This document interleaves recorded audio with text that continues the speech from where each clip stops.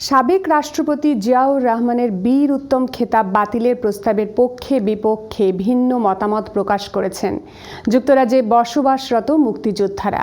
কেউ বলছেন এই সিদ্ধান্ত সঠিক, আবার কেউ বলছেন ঠিক নয়। বিস্তারিত আমাদের চিফ রিপোর্টার চৌধুরী মুরাদের প্রতিবেদনে।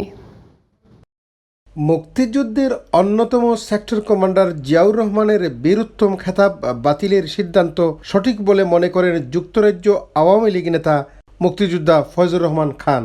জিয়াউর রহমান ক্ষমতা তাইয়া হাজার হাজার মানুষরে মুক্তিযোদ্ধা হলরে আর বঙ্গবন্ধুরে মারাত সরাসরিভাবে জিয়াউর রহমান আমি কইমু জড়িত।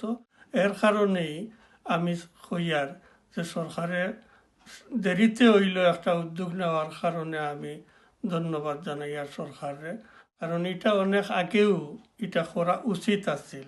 মুক্তিযোদ্ধা আবু সাদেক হাওলাদার বলেন, জিয়াউর রহমানের খেতাব বাতিল করা মানে মুক্তিযুদ্ধকে অস্বীকার করা।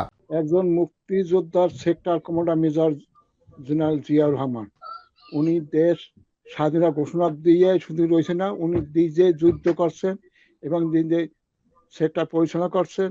তাই ওনার খেতাব নেবার কোনো অধিকার এই সরকারের নাই।